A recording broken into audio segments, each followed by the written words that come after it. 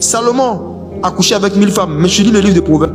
Je reprends. Salomon a couché avec 1000 femmes. Il a bâti des temples de démons pour des dieux étrangers. Mais tu lis ces livres aujourd'hui. Il faut supprimer de ta Bible comme il a dévié. Satan veut vous faire croire qu'une fois qu'un père a dévié, il n'a plus rien à vous apprendre. Or, quand Samuel était un enfant, c'est un Élie rétrograde qui avait dévié, qui lui a enseigné le prophétique. Et la première fois que l'esprit de prophétie lui a parlé justement, il dit à Élie que je l'ai rejeté. Mais c'est cet homme rejeté qui lui a enseigné comment on entend la voix de Dieu. L'esprit d'Élie est dans la salle.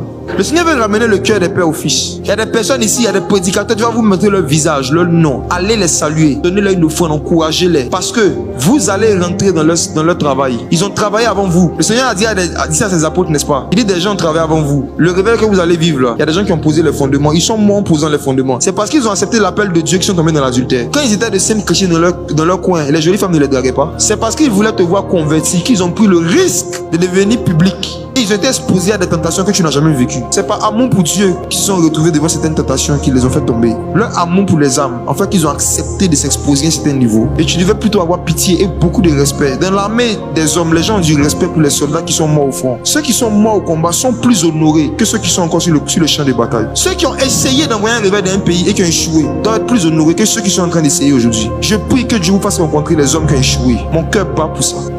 Beaucoup vont commencer à ressentir une profonde compassion pour les prophètes perdus. Il y a une génération que Dieu veut susciter, qui va parler aux ossements desséchés, qui va parler à des prophètes qui ont perdu l'onction, à des anciens pasteurs. Il y a une onction qui est là dans la salle. Beaucoup parmi vous, Dieu veut vous utiliser pour aller parler à des pasteurs desséchés qui sont devenus des ossements, à des prophétesses qui ont abandonné l'œuvre de Dieu. Dieu veut vous susciter pour que vous allez parler au cœur de certains pères qui aujourd'hui se sont perdus. Ils se sont perdus où? Sur le champ de bataille. Ils se sont perdus dans l'exercice du ministère. Ils se sont perdus parce qu'ils voulaient voir le réveil, mais Satan les a séduits. Ce ne sont pas nos ennemis, c'est nos frères que notre ennemi a détruits. On doit avoir pitié d'eux. Oh Côte d'Ivoire, ne laissez plus personne vous inculquer du mépris envers des pères qui se sont perdus dans le ministère. C'est le fruit de leur travail sur lequel le Saint-Esprit se base pour nous faire continuer. L'honneur qu'on doit donner à ceux qui ont déjà essayé d'apporter un réveil, notre honneur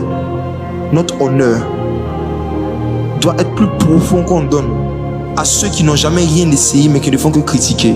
Un homme qui ne sait jamais rien n'échoue jamais. Les personnes qui ont abandonné la foi, nos pères qui ont abandonné la vie de sanctification, qui ont abandonné l'évangile authentique, peuvent faire le plus de dégâts dans le réveil spirituel, dans le monde de Satan actuellement, s'ils reviennent à Dieu. Ceux qui ont connu les manteaux antiques, ceux qui ont connu les réveils des années 70, ceux qui ont connu les anciens réveils et qui aujourd'hui se sont détournés de la foi, si jamais on peut les aider à revenir, ils seront nos Samson. Ils vont se tenir sur les piliers du royaume des ténèbres et ils vont faire plus de dégâts que les chrétiens qui n'ont jamais péché. Parce que le Seigneur Jésus-Christ a enseigné que si un homme sort de sa maison, il retourne